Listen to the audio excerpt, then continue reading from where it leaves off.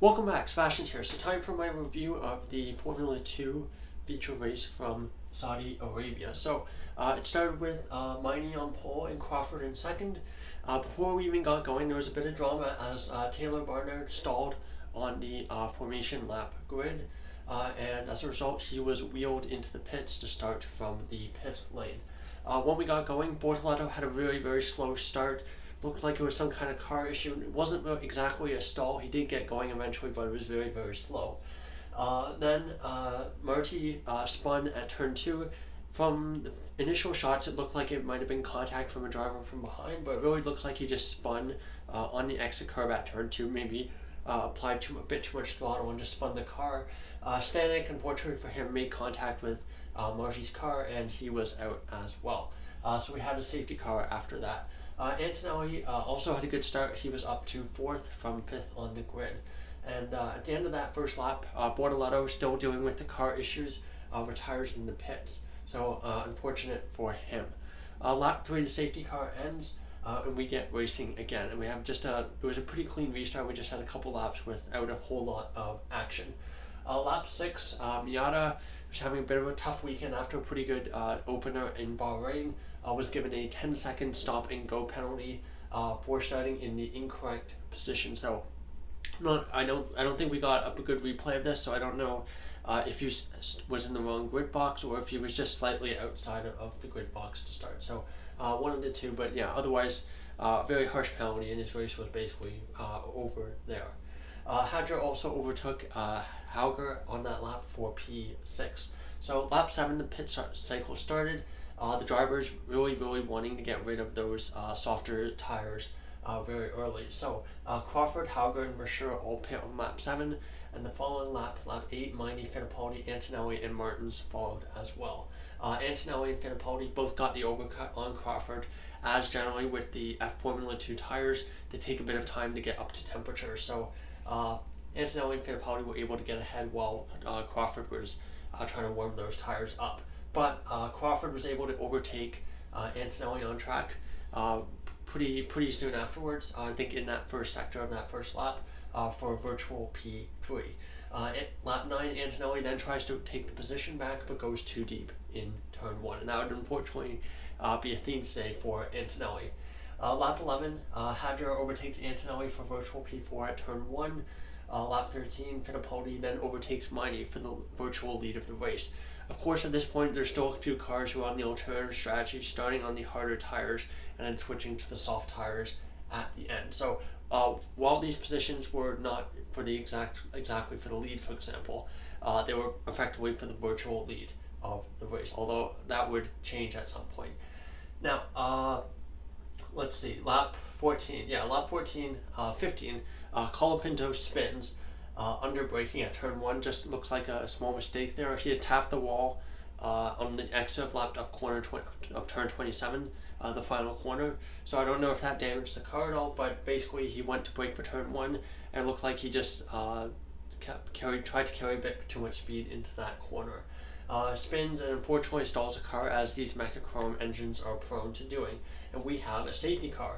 And at this point we have 13 laps left in the race, which is twice as many laps as many of the leaders would have had when they pitted. So Correa, so all the cars basically had to go to the pit lane because of where Colapinto spun at the exit of turn 1.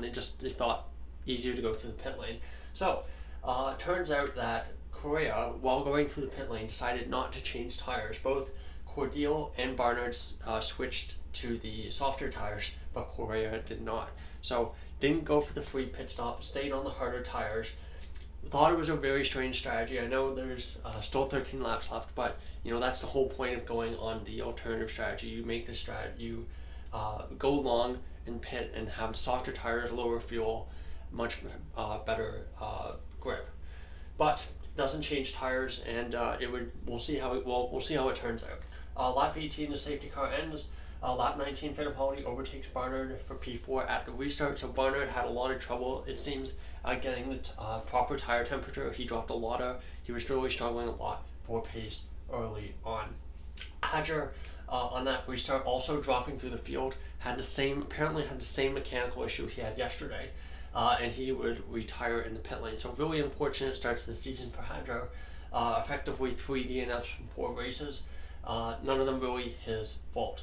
Lap 21, Cordial overtakes Correa for the lead at turn 27, but the following lap, turn 27, or lap 22, they both kind of had compromised each other's line going into that final corner. So Fittipaldi overtakes both of them, a double overtake at turn 1 the following lap for the lead of the race.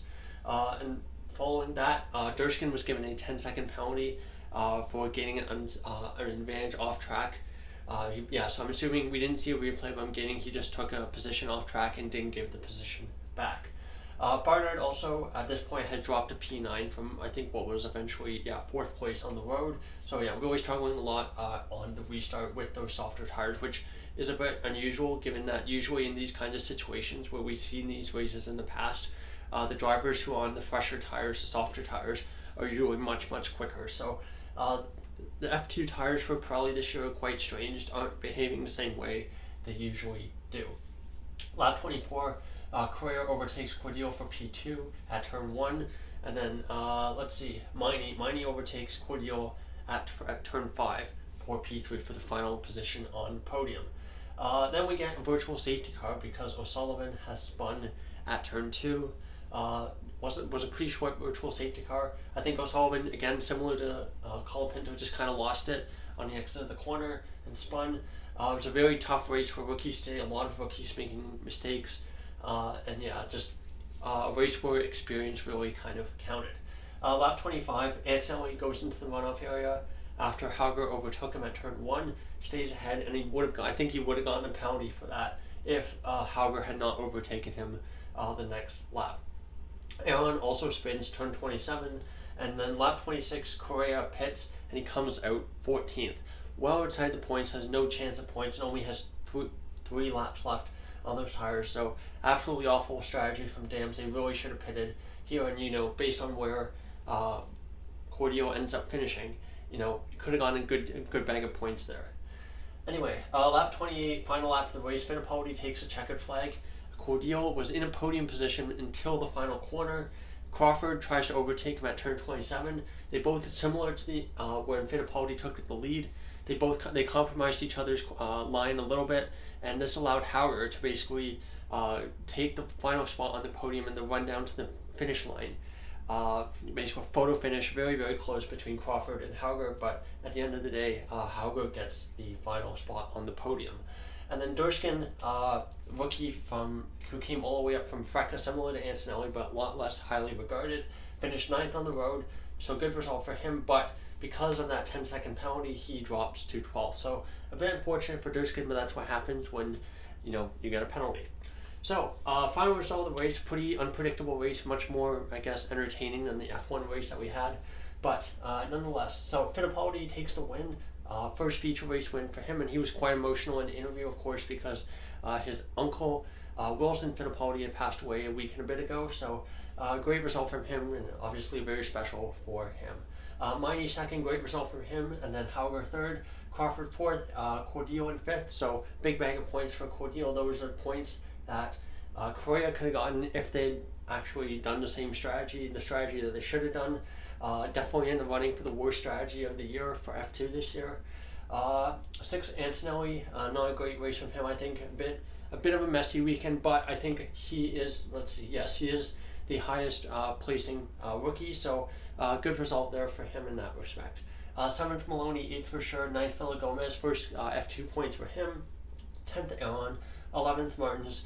Really rough start to the season for Martins. 12th Durskin, 13th Barnard, 14th Correa, and 15th Miata. Your DNFs are Marti, Bortoletto, O'Sullivan, Colapinto, Hadjar, and Stanek. And of course, Behrman wasn't participating in the race because he was too busy getting points in a Ferrari on his F1 debut. Now, championship standings, Maloney now has a 15-point lead, 47 points over Fittipaldi in second with 32, Hauger in third with 31, Aaron in fourth with 29, highest rookie.